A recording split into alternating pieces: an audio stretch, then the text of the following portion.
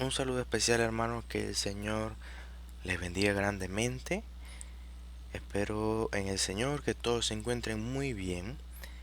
En esta ocasión vamos a estar continuando con nuestro estudio expositivo del Evangelio de Juan.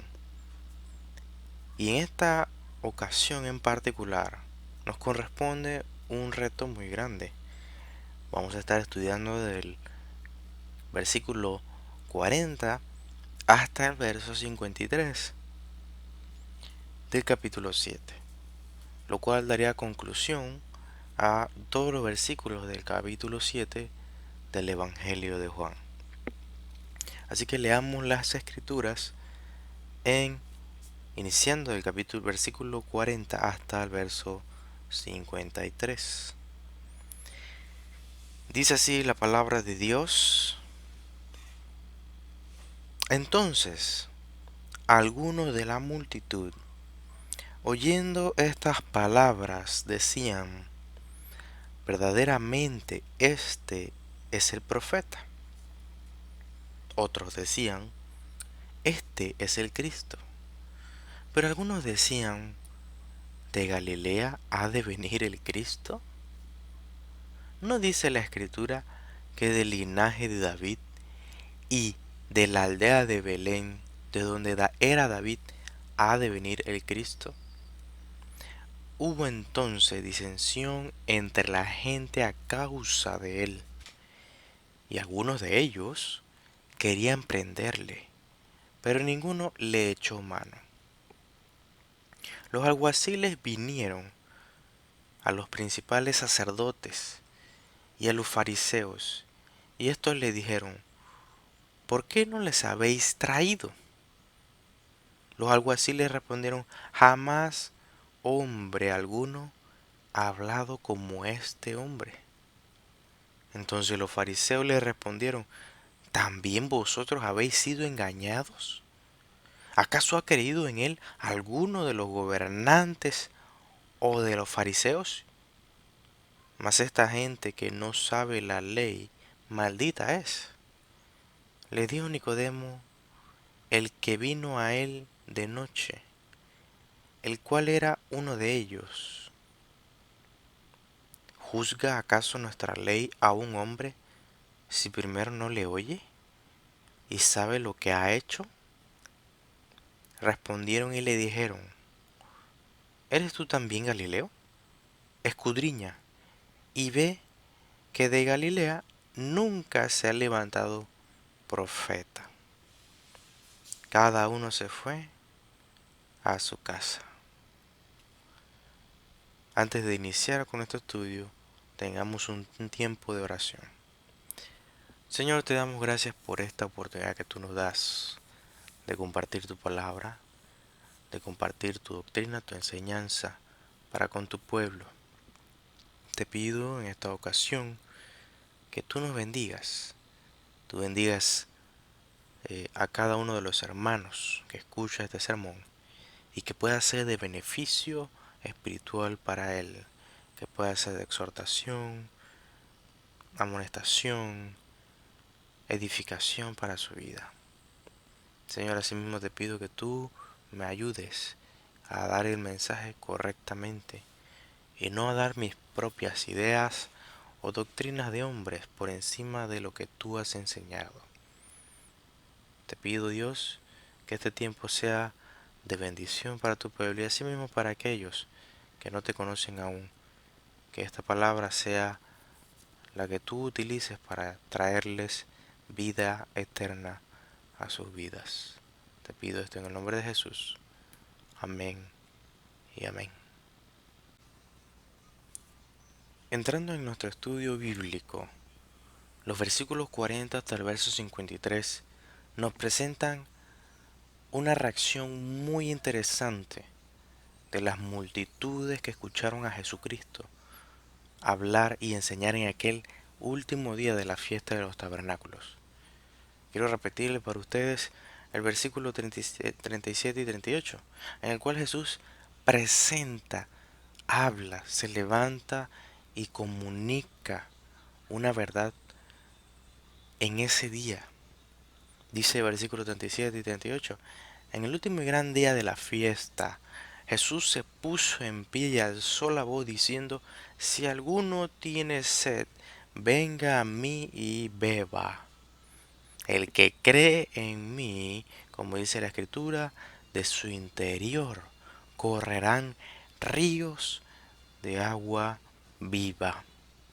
E inmediatamente después de esta pronunciación de Jesús, esta invitación, esta predicación a las almas de los hombres sedientos de Dios y de justicia, el versículo 40 y 41 nos presenta la primera reacción de las multitudes. Y dice así, entonces algunos de la multitud, oyendo estas palabras, decían, verdaderamente este es el profeta. Algunos de ellos consideraban que él era el profeta. Otros decían, este es el Cristo en el versículo 41. El doctor MacArthur separa en toda esta sección, los versículos que veremos a continuación, clasifica los diferentes tipos de reacciones, las diferentes clases, y considera que a este primer grupo del versículo 40 y 41 los nomina los convencidos. Luego también están los contrariados o los contrarios. En las siguientes reacciones que vemos en el versículo 43 y 44 está la reacción de los hostiles. También está la reacción de los confundidos, los alguaciles en el capítulo 40, versículo 45 y 46. Y por último está la reacción de las autoridades religiosas. A un nivel personal, en un estudio personal, a diferencia del hermano MacArthur, considero que los confundidos del versículo 45 y 46 son los mismos que él considera los hostiles, aquellos que querían prenderle. Pero ahorita entraremos en cada uno de estos versículos. Pero es importante ver cómo estas distintas reacciones se dan ante una invitación del Señor Jesús. Todas estas reacciones se estarán desarrollando a partir de las palabras de Jesús, las cuales han llamado al hombre a creer en Él, al hombre a confiar en Él y beber del agua que Él brinda. Ante esta increíble invitación del Señor Jesucristo a las multitudes, un grupo en particular, la cuales MacArthur considera como los convencidos, estaba seguro de que este era el Cristo, de que aquel que se había levantado de entre medio de la multitud durante la fiesta y al final de la fiesta de los tabernáculos y enseñaba constantemente a través de las escrituras, este tenía que ser el Mesías prometido en el Antiguo Testamento.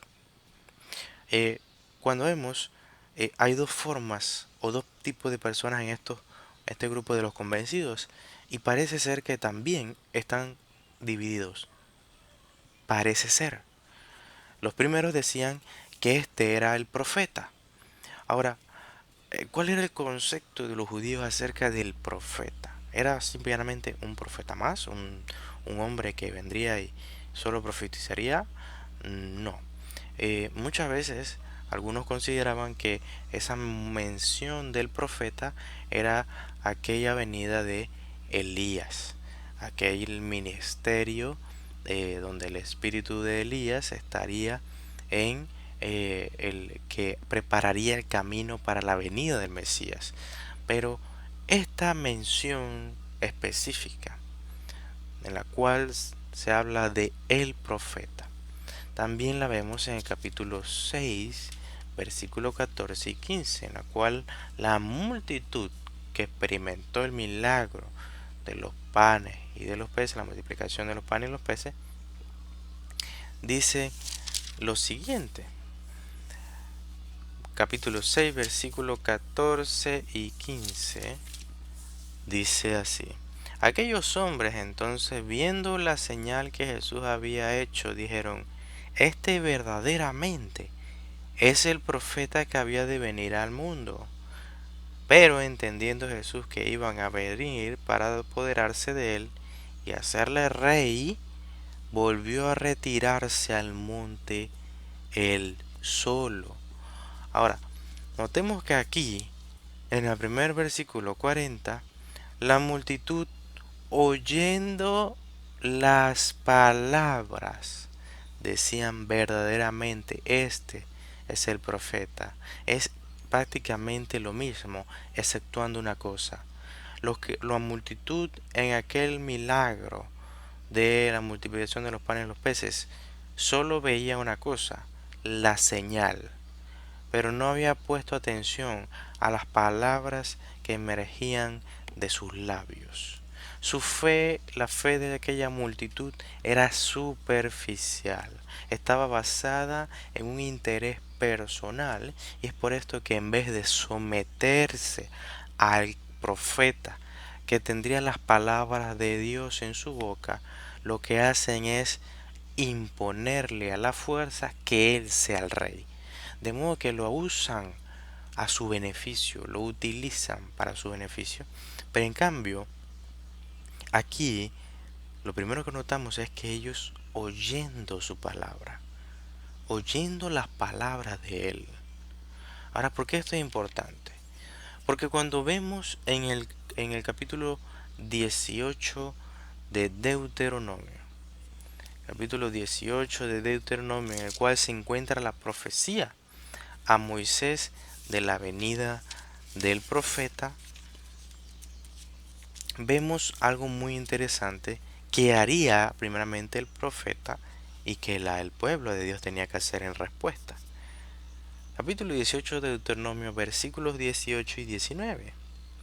Dice así la palabra de Dios: profeta les levantaré de en medio de sus hermanos, como tú, y pondré mis palabras en su boca, y él les hablará todo lo que yo mandare. Mas a cualquiera que no oyere mis palabras, que él hablare en mi nombre, yo le pediré cuenta. Yo le pediré cuenta. Un gran ejemplo de esto es aquella multitud que solo vio la oportunidad en un milagro, solo vio el beneficio. Esta es nuestra oportunidad para derrocar al Imperio Romano. Pero este grupo de personas realmente tenía necesidad verdadera del Cristo. Ellos veían en él una oportunidad de salvación verdadera de sus almas. Ellos sabían, escuchando de los labios de Cristo, vengan a mí, crean en mí, beban ustedes que están sedientos. Cuando ellos escuchaban estas palabras, ellos decían, sí, es eso lo que yo necesito. Mi alma necesita a Dios, necesita su consuelo, necesita ser reconfortado por Dios mismo. Algo, a pesar de que no, en ellos no había un amplio conocimiento de las escrituras, a pesar de eso sabían de su necesidad. Y sabían que el Cristo era el único que tendría en sus labios palabras de vida eterna, la misma mención que hacía Pedro. Pedro entendió en el capítulo 6 de Juan que en él solo en Cristo, tendría lo necesario para tener vida eterna. Y estos hombres entendían que del profeta anunciado era el único que tendría palabra de vida eterna. De modo que el entendimiento aquí no es de un simple profeta, es del Mesías. Pero una forma de entenderlo era el profeta. Por esto otros sí se aventuraban a decir, este es el Mesías, este sin duda es el Cristo, este no tengo no tenían ni la menor duda de que Él era el que había de venir.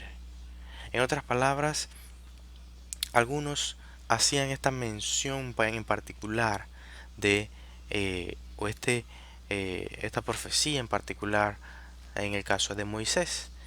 Pero también habían otras profecías que se dirigían directamente al, eh, al linaje del Mesías. El linaje del Mesías sería, por ejemplo, de la tribu de Judá, sería del linaje de David, y él mismo sería rey, sería el rey eterno.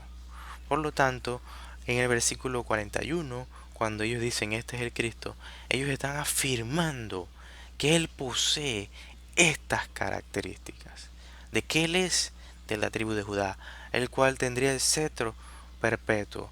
Él es del linaje de David, tal como se le había profetizado. Él vendría de los lomos de Isaí, el Cristo. Continuando con los versículos 41 y 42, vemos la expresión y la reacción de un grupo distinto al primero. El primero estaban los convencidos, aquellos que habían sido persuadidos por las palabras de Cristo. Pero ahora había un grupo que no estaba tan seguro, no solo de Cristo, sino de las ideas que tenía el primer grupo. El segundo grupo que aparece al final del verso 41 y todo el 42 dice lo siguiente. Pero algunos decían, ¿de Galilea ha de venir el Cristo? ¿De Galilea ha de venir el Cristo? Esta pregunta es axiomática. La respuesta a esta pregunta es no. Se supone que no debe suceder esto. Pero luego el versículo 42 dice, ¿no dice la escritura que del linaje de David y de la aldea de Belén, de donde era David, ha de venir el Cristo? Y la respuesta aquí también es axiomática, es sin duda, sí, el Cristo ha de venir aquí, de este linaje, y ha de nacer en Belén, tal como fue anunciado en las Escrituras.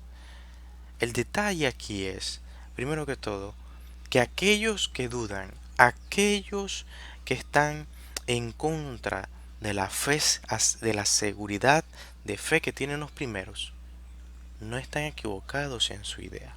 Ellos tienen un conocimiento de las escrituras acerca del Mesías y dicen esto tiene que ser así. Según lo que se nos ha anunciado en las escrituras, tiene que ser de esta manera. Pero ¿en qué no están en lo correcto? No están en lo correcto cuando se trata de ver estas características en Cristo. Tenían una profunda ignorancia de los orígenes del Señor Jesús. No solo que tenían profunda ignorancia, sino que al mismo tiempo, no les interesaba. No tenían interés en siquiera indagar, preguntar, escudriñar acerca del lugar de nacimiento de Jesús o del linaje de Jesucristo. Es por esto que si alguna vez usted se ha preguntado de qué sirve la genealogía del Evangelio de Mateo o la genealogía del Evangelio de Lucas, esa es su función. Primeramente, para demostrarle a la audiencia de cada uno de los evangelistas que Jesús verdaderamente era del linaje de David. Y no solo del linaje de David, sino también del linaje de Judá. Él venía de dicha tribu. Por lo tanto, se debía creer en la profecía cumplida, tanto a David, que dice en 2 de Samuel, capítulo 7, versículo 12, dice lo siguiente: y cuando tus días sean cumplidos y duermas con tus padres, yo levantaré después de ti a uno de tu linaje, el cual procederá de tus entrañas, y afirmaré su reino. Y afirmaré su reino.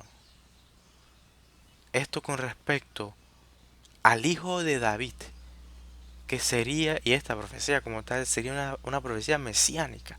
Todos entendían que no era Salomón, sino que de él vendría el Mesías. Y al mismo tiempo vemos al profeta Miqueas anunciando que vendría o sería el lugar de nacimiento Belén, Belén Efrata, pequeña para estar entre la familia de Judá. De ti saldrá el que será el Señor en Israel, y sus salidas son desde el principio, desde los días de la eternidad. De modo que estas dos profecías, tanto una en Miqueas 5:2 como en segunda de Samuel 7:12, vemos la expresión de aquellos que dudan. No hay ninguna contradicción con las escrituras en sus ideas y preguntas. El problema es que no buscan, no indagan. Es Él. Está enfrente de ustedes, enfrente de sus ojos. Es Él al que esperan. Cuando vemos estas preguntas, es inevitable para mí no querer responderlas y decirles, sí, sí, exacto, es Él, Jesucristo, al que ustedes esperan, es aquel que había de venir al mundo. Jesucristo es el Hijo de David. Jesucristo es aquel que nació en Belén, tal como lo registran los evangelios. Pero desafortunadamente, los hombres no podían ver estas verdades. No podían ver enfrente de sus ojos a pesar de su conocimiento. Su conocimiento no le era suficiente. No podían llegar a ver la simplicidad de la invitación de Cristo. Venid, venid y bebed de mí, aquel que tiene sed. Tal como hemos comentado anteriormente, la presencia de Jesús, no solo hasta el día de hoy, sino en su ministerio terrenal, causó división, causó cismas en el pensamiento de las personas, en el pensamiento religioso. Hasta el día de hoy, Jesucristo ha causado división. Y no hay ningún problema con decir esto, ya que de los mismos labios del Señor Jesús está esta mención. Jesús mismo dijo, vine a traer espada. Él habla y describe esas divisiones que habrían comúnmente entre aquellos que crean en Él y aquellos que no lo van a hacer. Y que en muchas ocasiones se dará en el mismo hogar, en el mismo núcleo de la familia, donde unos creerán pero los otros no, causando división, causando esa desprecio hacia aquellos que profesen la fe cristiana. Y esto es algo muy común y lo podemos ver a continuación en los versículos 43 y 44. El versículo 43 dice, hubo entonces disensión entre la gente a causa de él, a causa de él. Y algunos de ellos querían prenderle, pero ninguno le echó mano. ¿Quiénes eran esos algunos que querían prenderle? Para mi concepto, y bueno, para algunos, como el doctor MacArthur, considera que es un grupo de entre la multitud, ¿verdad? En esta multitud hay un grupo de personas que quiere prenderle. De entre aquellos que discuten, hay un grupo que quiere prenderle. Y estos podemos verlo, por ejemplo, en el versículo 30. Desde el versículo 30 hay un grupo en particular entre la multitud que quiere prender a Jesús. El verso 30 dice, entonces procuraban prenderle, pero ninguno le echó mano, porque aún no había llegado su hora. Esto también se hace mención allí, y acá sí se explica por qué no se daba esto. Sencillamente, porque la providencia de Dios lo impedía. A pesar de que estos hombres tenían toda la intención de hacerlo, e incluso la misión de hacerlo, no podían. No podían siquiera dar el primer paso. ¿Por qué? porque no era la hora. En la soberanía de Dios, en el plan de Dios, ellos no podían siquiera tocar una pequeña porción de la tela de la túnica de nuestro Señor Jesús, porque el Señor no lo iba a permitir. Dios Padre no lo había permitido, de modo que estos hombres solo podían ver y escuchar, ver y escuchar para aprenderle. Ciertamente estos eran hombres hostiles, tal como lo describe el doctor MacArthur, pero considero en particular que estos hombres que querían aprenderle encajan perfectamente con la misión que tenían los hombres a continuación. Versículos 45 y 46 dice lo siguiente: los alguaciles vinieron a los principales sacerdotes y a los fariseos, y estos le dijeron: ¿por qué no la habéis traído? Los alguaciles respondieron: jamás hombre alguno ha hablado como este hombre. Jamás hombre alguno ha hablado como este hombre. Ahora, ¿cuál era la misión de estos alguaciles? ¿En qué momento se les dice a ellos que deben traer a Jesús? Esto lo encontramos en el verso 32 del capítulo 7, cuando dice: los fariseos oyeron a la gente que murmuraba de él estas cosas, y los principales sacerdotes y los fariseos enviaron alguaciles para que le prendiesen. Ahí está el texto que considero que encajaría perfectamente con aquellos personajes en el verso 43, versículos 43 y 44, que querían prender a Jesús. Querían ponerle eh, cadenas en sus manos y traerlo a los principales sacerdotes. Y esto lo podemos ver en el versículo 45, cuando se da el reproche y le dicen: ¿por qué no lo habéis traído? No han hecho su misión, no han hecho su trabajo. ¿Dónde está él? ¿Dónde se encuentra? Estaban frustrados, estaban totalmente enojados. La reacción de ellos a continuación sería sumamente eh, de ira, una reacción de ese tipo de enojo, frustración, del cual no importa quién hable, quién diga algo, siempre será una reacción burlesca, de enojo, de desprecio hacia los demás. Ustedes la van a ver a continuación. Y esto les costó también a ellos, a los alguaciles. En el verso 47 dice: entonces los fariseos le respondieron: ¿también vosotros habéis sido engañados? ¿También los engañaron? Ni siquiera tomaron en consideración, ni siquiera vieron por qué los alguaciles decían: ningún hombre ha hablado como él. Nunca hemos escuchado un hombre que hable como este.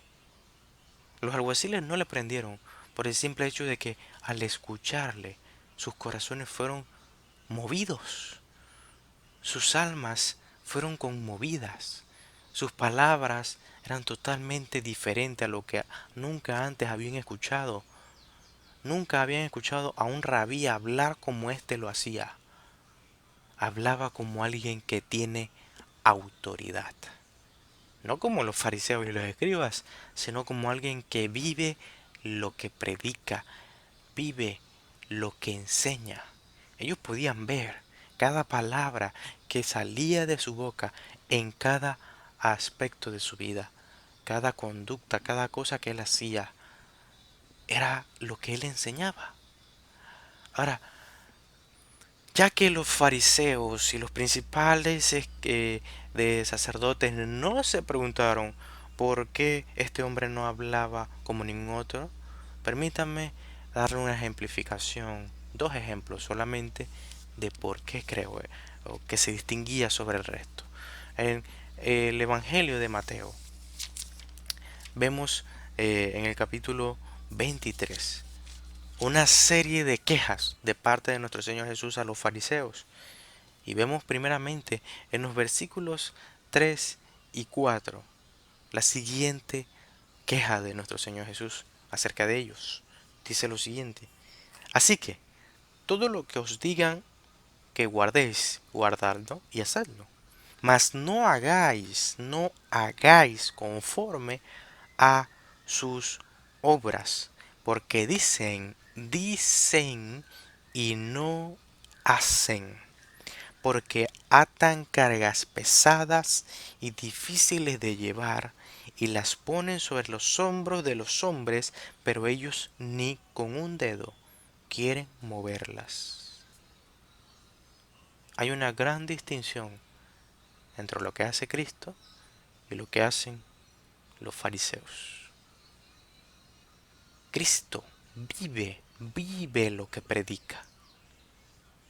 En cambio, los fariseos no solo enseñaban cosas que ellos no hacían, que la ley demandaba, sino que ponían cargas extra, mandamientos y dogmas de hombre que nadie podía llevar porque ellos eran incapaces siquiera de obedecer sus propios mandamientos y eran cargas demasiado pesadas que los hombres no podían llevar. Es estos hombres y esta es la causa del cansancio del cual habla Jesucristo. Cuando Él habla al cansado, cuando Él habla al sediento, esta es la sed causada por esa carga enorme que ponían los fariseos sobre la multitud, sobre los judíos. De modo que la primera descripción que podemos ver de los fariseos es que eran hipócritas. Pero Jesús era íntegro. La integridad en la predicación de Jesús era impresionante.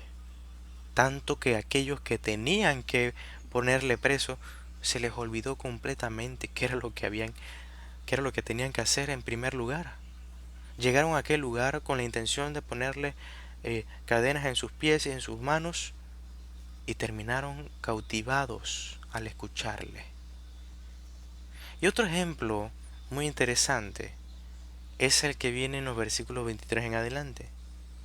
Versículo 23 dice: ay de vosotros, escribas y fariseos hipócritas, porque diezmáis la menta y el eneldo y el comino, y dejáis lo más importante de la ley, la justicia, la misericordia y la fe. Esto era necesario hacer sin dejar de hacer aquello. Guías ciegos que coláis el mosquito y tragáis el camello. ¿Qué señala? ¿Qué es esta queja? La queja es de que ellos habían hecho una especie de selección muy interesada de lo que enseñaba la ley y los profetas.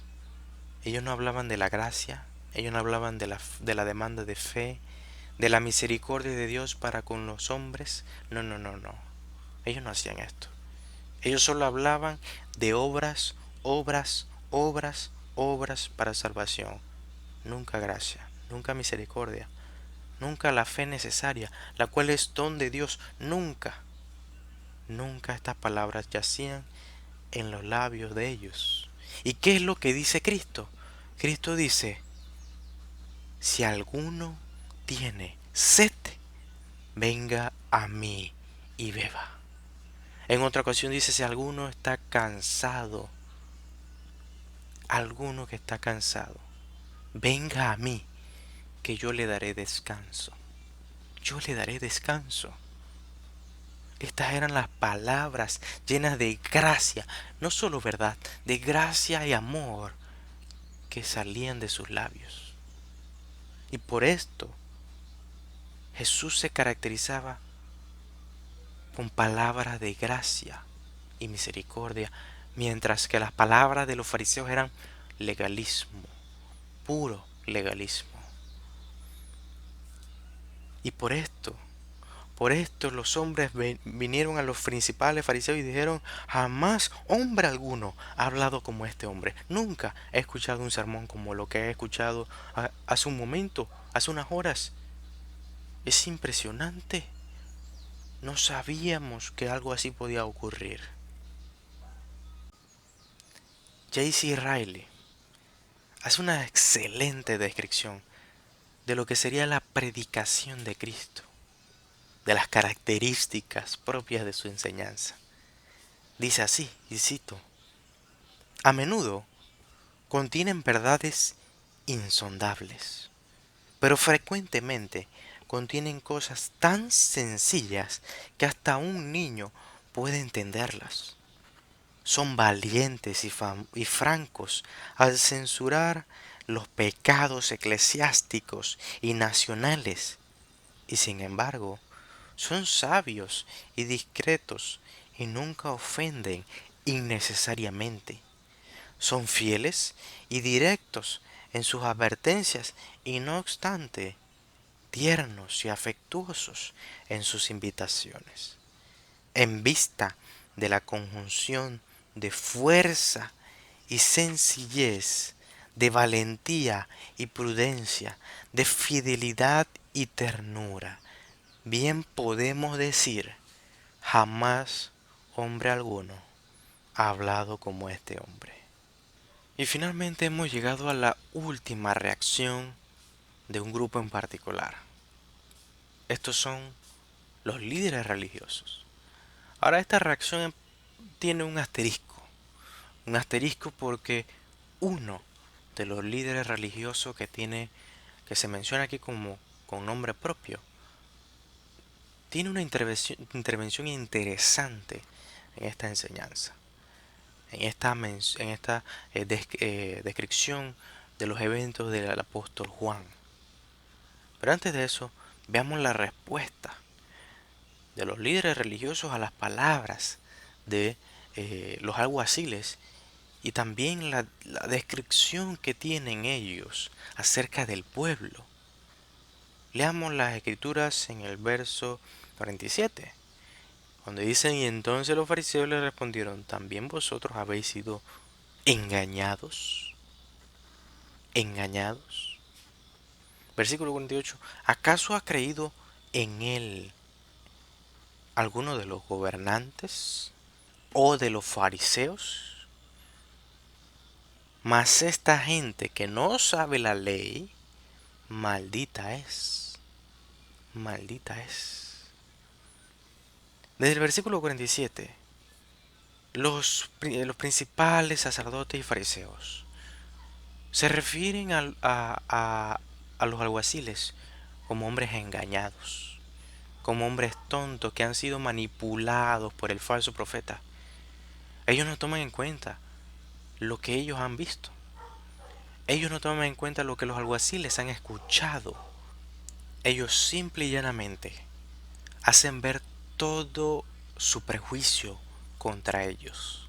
Todo su prejuicio. Ellos inmediatamente llegan a la conclusión de que los alguaciles han sido engañados.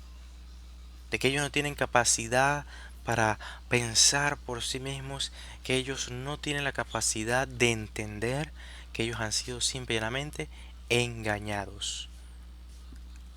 El mayor estándar de que algo es verdad, si algo es verdad, si algo es verdadero, tiene que ser creído por un principal, por un gobernante, por un fariseo. No puede ser creído por la multitud de los simples, de los laicos, de los que no tienen conocimiento. No puede ser. Tiene que ser afirmado por los gobernantes, por los principales. Esto es algo increíble. Es impresionante. Dice William Barclay acerca de esta forma de pensamiento. Su manera de pensar es la siguiente. Jamás alguien con un nivel académico y espiritual aceptable ha creído a este Jesús. Solo le aceptan los ignorantes. Solo le aceptan los ignorantes. Increíble, ¿no? Este era el pensamiento de los fariseos. Ahora, no neguemos esto. Los que le aceptan, sin duda alguna, son ignorantes. Y le aceptan porque han reconocido su ignorancia. Esa es la razón de que han visto su ignorancia reflejada en cada reprensión, en cada llamado a la salvación que hace Cristo. Y es por esto que corren a Él. Porque ven en el otro camino, en el camino de los fariseos, la imposibilidad de agradar a Dios. Pero Jesús les brinda un camino distinto. El camino es Él mismo. Así que sin duda son los ignorantes los que creen en Él. Me declaro ignorante, sin duda. Esta era la presunción de los fariseos. Cuando ellos dicen, algún gobernante, algún fariseo ha creído en Él, no, ¿verdad? Entonces, la razón es simple. Estos hombres que creen, los hombres que creen en Él, son malditos. ¿Cómo podríamos nosotros caer en esa bajeza, en esa ridiculización de ir a creer en un falso eh, profeta y maestro que las multitudes mismas se han levantado para sí mismas? No, vamos a caer en esa eh, forma tan baja de pensamiento, decían estos hombres. Por esto Hendrickson señala lo siguiente. Los fariseos tratan de hacer creer a estos plebeyos, quienes no habían estudiado la ley, que estaba mal pensar por su cuenta. Todo lo relacionado a la identidad y el carácter del Mesías debía de dejarse totalmente a los expertos. Hendrickson lo ve perfectamente.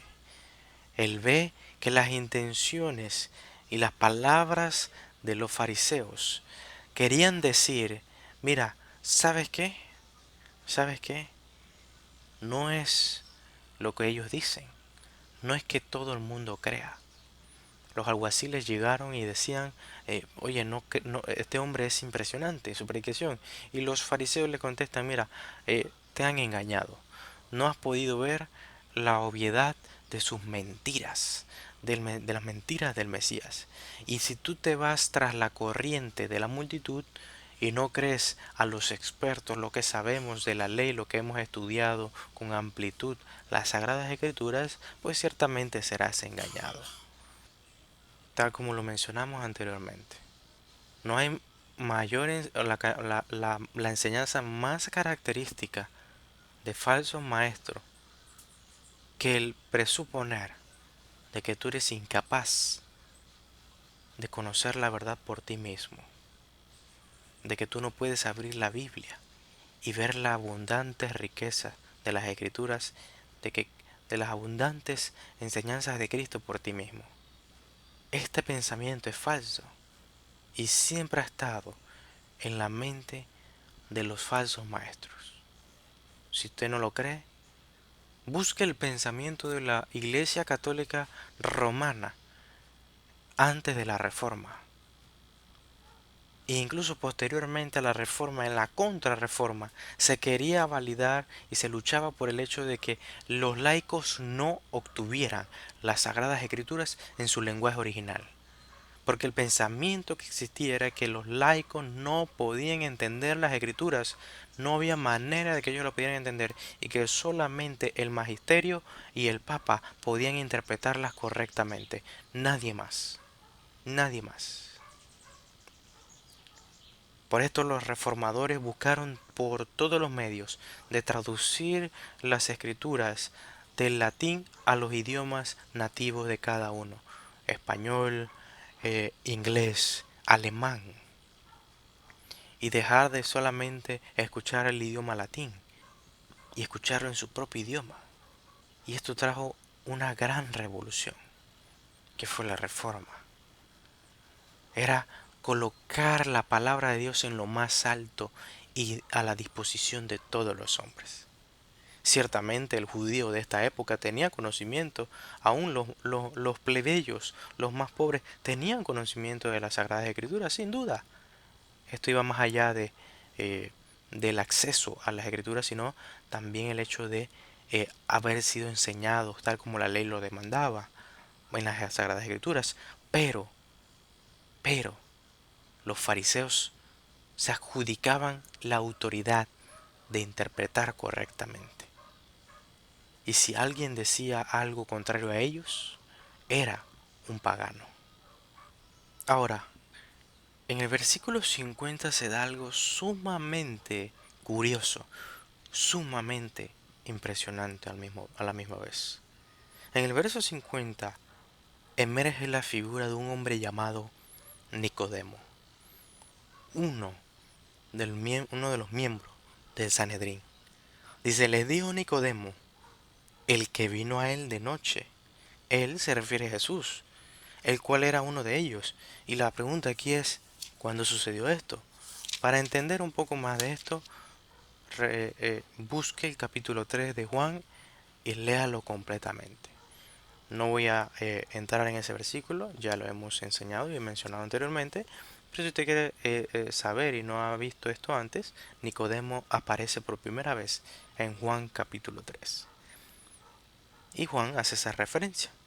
Vino a Jesús de noche, el cual era uno de ellos, era miembro del Sanedrín. Y él dice lo siguiente, ¿juzga acaso nuestra ley a un hombre si primero no le oye y sabe lo que ha hecho? ¿Juzga acaso nuestra ley a un hombre si primero no le oye y sabe lo que ha hecho? ¿No es irónico?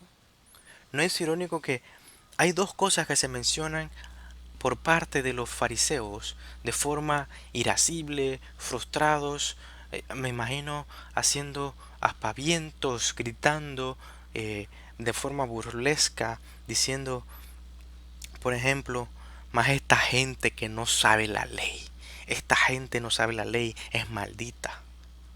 Y también en el versículo 28 dice, ¿acaso ha creído en él alguno de los gobernantes o de los fariseos? Hay dos cosas. Uno, ¿acaso ha creído alguno de los fariseos? Y lo otro, esta gente no sabe de la ley, es maldita, no tiene conocimiento de la ley. Y aparece Nicodemo, uno de los fariseos, y les habla de la ley a estos fariseos que se jactan de tener conocimiento, que se jactan de tener la interpretación correcta. Pero resulta que están ignorando la ley. Están ignorando la ley. ¿Qué dice la ley acerca de esto? En el libro de Deuteronomio, capítulo 1, versos 16 y 17, dice lo siguiente.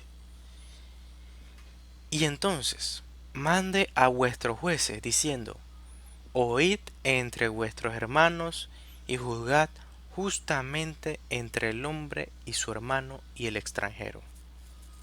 No hagáis distinción de persona en el juicio. Hacia el pequeño como al grande oiréis. Oiréis.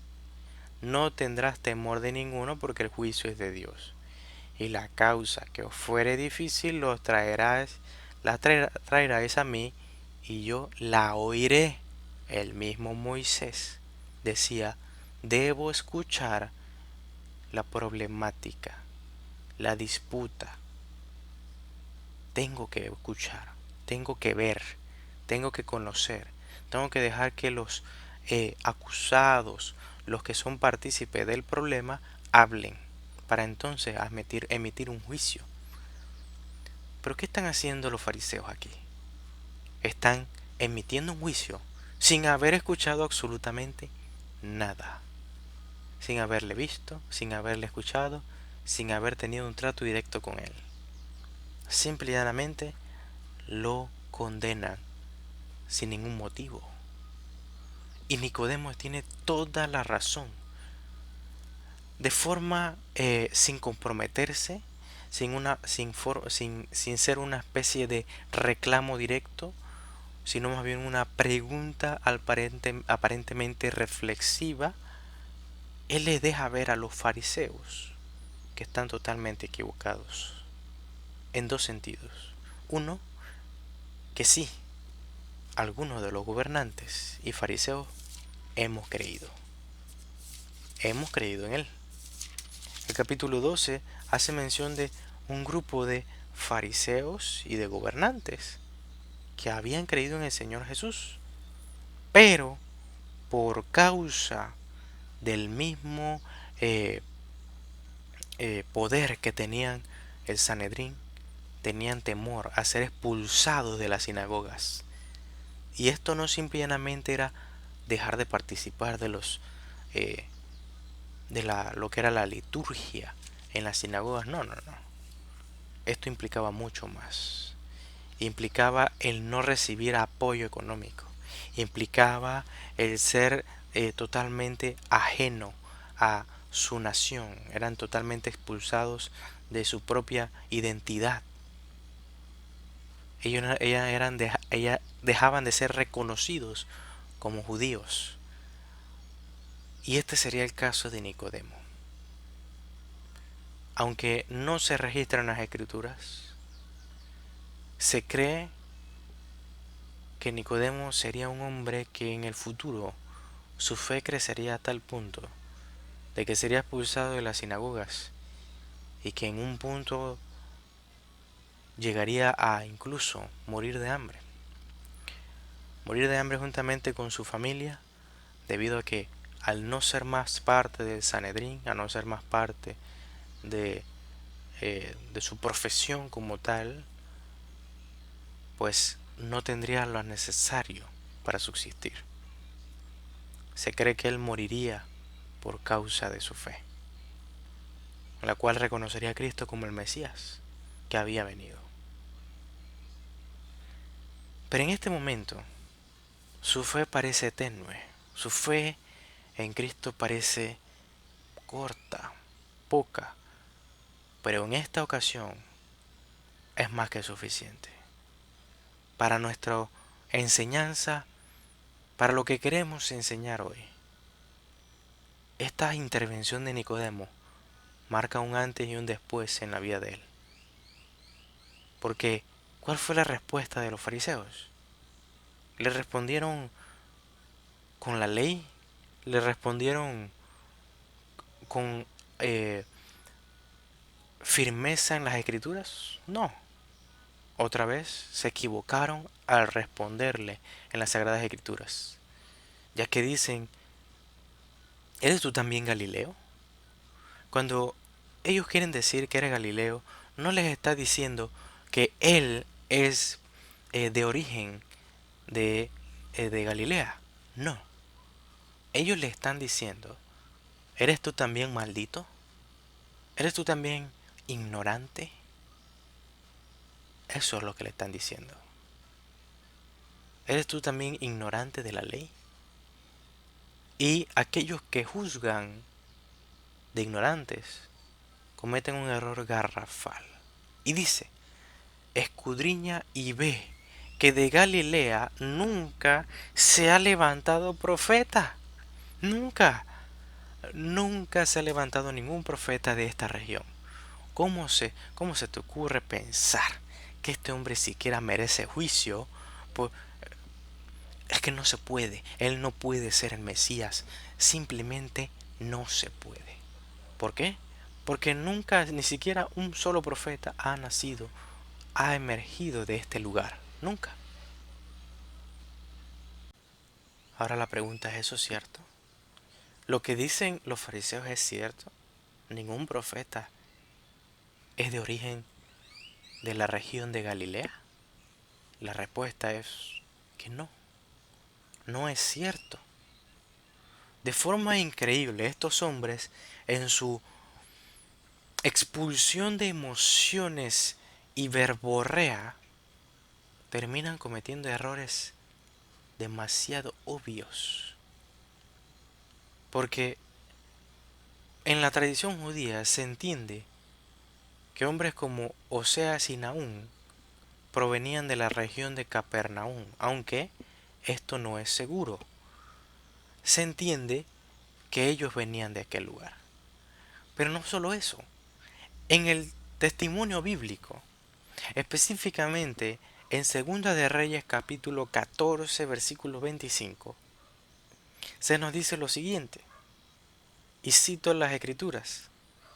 Él restauró los límites de Israel desde la entrada de Hamat hasta el mar de Araba, conforme a la palabra de Jehová de Israel, la cual él había hablado por su siervo Jonás hijo de Amitai, profeta que fue de Gad Efer. O sea, ese era su lugar de origen. Gad Efer. David, eso no es Galilea, es Gad Efer. Eso es obviamente un nombre que tiene anteriormente en la antigüedad. Si usted busca un mapa de la época monárquica y hace una comparación de la región de Gadefer con la época del primer siglo a la época del ministerio de Jesús, un mapa de esta época, en su Biblia usted podrá verlo. Algunas Biblias traen mapas que tienen diferentes épocas y usted podrá encontrar a Gadefer en la misma región en el mapa que Galilea.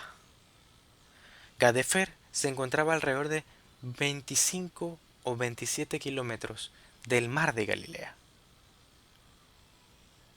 Justo en esa misma región de Galilea se encontraba lo que antes era denominado Gad-Efer.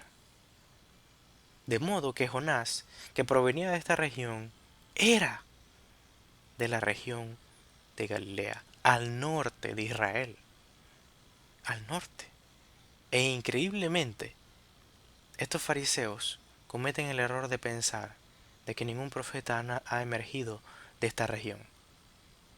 No solo por la tradición que dice que Oseas y Nahum provienen de este lugar, sino también porque la Biblia registra, la ley de Dios, la ley de los profetas registra que Jonás venía de Gadefer, la cual hoy, o en aquella época, en el primer siglo, era región de Galilea. Aplicaciones que esta serie de versículos nos han brindado en esta ocasión. Lecciones y enseñanzas muy importantes para nuestra vida. Primeramente, si notamos en los primeros versículos, hombres simples, hombres que ciertamente tenían un conocimiento básico de las Sagradas Escrituras, hombres comunes que los judíos de manera prejuiciosa llamaron hombres malditos que no tienen conocimiento de la ley. Son estos mismos hombres que creyeron en Cristo, que afirmaron su fe en Él, que dependieron totalmente de Él y que creían fielmente que Él era el Mesías prometido en las Sagradas Escrituras. No solo eso, sino que si Él era el Mesías prometido, tal como lo enseña la profecía de Miqueas 5:2 y también la profecía de Deuteronomio 18:18, Él era Señor. Teníamos que someternos a sus palabras, teníamos que postrarnos ante Él porque Él es nuestro Señor. Él no es simplemente un rey que nos liberaría de la opresión o del imperio romano de la época del primer siglo. No, no, no. Él es nuestro Señor. A Él oiremos. A Él debemos prestar atención a sus palabras. Es por esto que no son las multitudes de la multiplicación de los peces y los panes que creyeron con fe en Él, sino estos que oyendo sus palabras creyeron. Vemos la importancia de las palabras de Cristo. Es por eso que usted y yo, cuando predicamos el Evangelio, creemos que su palabra tiene poder para salvar.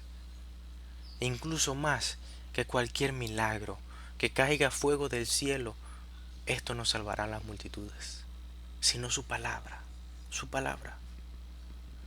Ahora importante es que aquellos que tenían un conocimiento de las Escrituras, que decían el Mesías debe venir del linaje de David, que debe venir de nacimiento, debe haber nacido en Belén, del origen de David.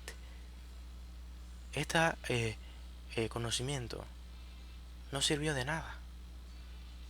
Lo que los hizo fue, el conocimiento se volvió una excusa para no creer en Él. Nosotros tenemos que tener mucho cuidado, hermano. No que el conocimiento sea malo, sino que nos llenemos solo de información y no dependamos verdaderamente de Cristo. De que sí sepamos que nuestro Señor es abogado para con el Padre y está sentado a la diestra de Dios, que es intercesor entre el Dios y los hombres, que Él ha traído reconciliación y anuncia la reconciliación de Dios y los hombres, trayendo paz entre ellos.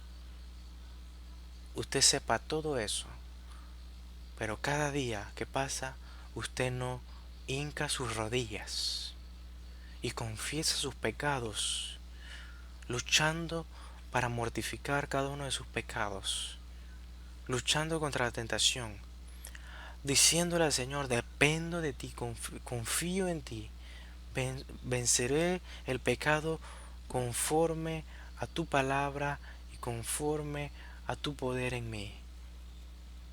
Y tú limpiarás mis pecados. Tú, Señor, yo confío que tú limpias mis pecados, porque intercedas por mí todos los días. En otras palabras, de nada sirve el conocimiento sin que usted no lo aplique, sin que ese conocimiento no lo mueva a hacer. Estos hombres que decían el Cristo debe venir de este lugar, ni siquiera investigaron. Simple y llanamente dijeron: Él no puede ser el Mesías porque Él no cumple con estos requisitos. ¿Cómo sabes? Así mismo hoy, cualquier conocimiento que usted tenga teológico, si no lo mueve a la adoración, si no lo mueve al arrepentimiento, es vacío. Comúnmente, aquellos que se llenan de conocimiento, se llenan de mucho conocimiento de las Escrituras, investigan a profundidad, pero no aplican la palabra que aprenden, se convierten en un tipo de legalismo. Y quiero aclarar, no con eso voy a comparar este tipo de legalismo con el legalismo de los fariseos. Porque como ustedes pueden ver, los fariseos usan las escrituras a su conveniencia. Y en muchas ocasiones parecen tener desconocimiento de la misma ley y los profetas, como se mostró al final del versículo. Ignoraban muchas cosas, descartaban muchas cosas y hablaban como afirmando cosas que eran mentiras en muchos casos. Pero no quiero que esto se compare con los fariseos, sino con aquellos hombres, como vimos, aquellos que se preguntaban si el Mesías no debía venir de esta región. Para todo aquel que estudia las Escrituras, sepa algo: si usted no lo aplica, es vacío totalmente. Pero no solo esto afectará la relación que usted tiene con sus hermanos. Porque es inevitable que usted llegue a tener prejuicios sobre los demás. Los fariseos tenían un prejuicio sobre los simples, aquellos que creían en Cristo y decían: ellos son malditos, ellos no saben nada. Ellos no tienen conocimiento que yo tengo. Este orgullo debe desaparecer de nuestros corazones. Si ha habido alguna vez que usted ha pensado que usted es superior y que usted tiene una fe genuina por encima que la de sus hermanos, que quizá no tienen el conocimiento amplio que usted tiene, debe revisar su fe. Revise su fe y revise si está en Cristo verdaderamente. El orgullo puede entenebrecer nuestra mente. El orgullo se puede apoderar de muchos de nosotros y nos puede hacer creer que somos salvos cuando no lo somos. Hay que tener mucho cuidado. No solo esto de que usted llamará a los demás malditos o pensará que son poca cosa, sino que usted verá el testimonio de Nicodemo y verá a este hombre que solamente intervino una vez, cuando pudo haber hecho mucho más. Pudo haber dicho: Él es el Cristo, yo hablé con Él de noche y estoy capaz de afirmar de que Él es el Mesías. Ustedes dicen que ningún fariseo ha creído en Él, yo creo en Él. Él pudo haber dicho eso. Y muchas personas leen esto y dicen: sí, el cobarde, Nicodemo es un cobarde. Si usted lo llegó a pensar, probablemente deba también revisarse. porque no faltará el momento en que usted vea a un nuevo creyente, un hombre que está empezando en los caminos de la fe, que va a fallar, va a cometer errores. Su expresión de la fe pública no será tan valiente como la que usted quizá tenga. Quizá no sea tan audaz como la que usted pueda expresar frente a las multitudes, frente a las personas. Pero la va a expresar y va a crecer. Judas estuvo con Jesús 3 años y lo traicionó al final. Se opuso a él al final. Nicodemo estuvo una noche con él y esa noche lo cambió para siempre. Fue paulatino, fue un proceso, es un proceso para todos. Para algunos es más lento, para algunos es más rápido, pero ciertamente todos estamos en crecimiento en Cristo Jesús. Si tú estás en crecimiento, si tú no hace mucho acabas de creer en Cristo, ten la seguridad de que el Señor dará el crecimiento en ti y que Dios pondrá hermanos que te ayudarán. Asimismo, exhorto a todo hermano que está en un amplio conocimiento de la Escritura, que estudie las Escrituras, de que no sea prejuicioso, de que no condene de manera apresurada, sino que tenga paciencia y al mismo tiempo ayude a sus hermanos a crecer en conformidad a la imagen de nuestro Señor Jesucristo. Y que pueda siempre ser un medio para llamar a los hombres, a sus mismos hermanos, a siempre beber de la fuente que es nuestro Señor Jesucristo.